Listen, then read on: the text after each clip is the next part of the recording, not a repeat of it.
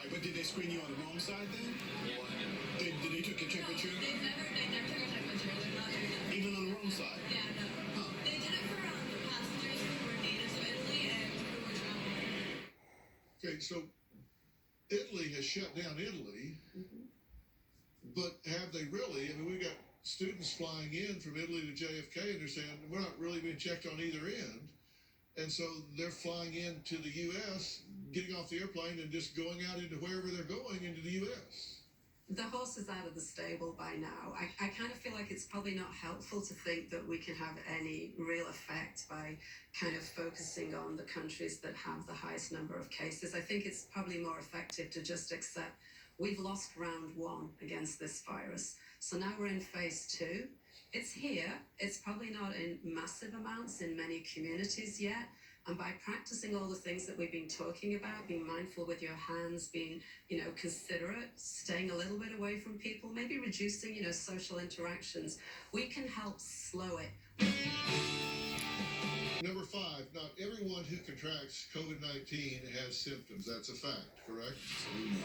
Number 6, getting COVID-19 is a death sentence. We've talked about that. That is a myth, and a lot of people, actually, as bold as that sounds, a lot of people believe that if you get it, you're gone. China has slowed new cases, but the spread around the world is accelerating. That seems to be a fact if the reporting is correct from China. Yeah. Eating Chinese food will make a person sick. That's just absurd. The symptoms of COVID-19 take 5 to 7 days to appear. True or false? That's usually true. During that time that they're not showing symptoms, are they contagious? Yes. Spraying your body with alcohol or chlorine or swallowing bleach will kill the virus. I mean, obviously a myth. Coronavirus is man-made.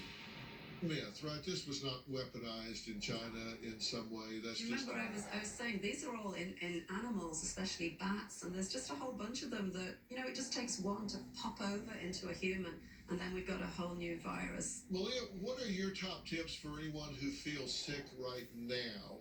It's really critical that you self-isolate and don't spread whatever virus is making you feel ill to members of your community, whether it's COVID-19 or some other virus.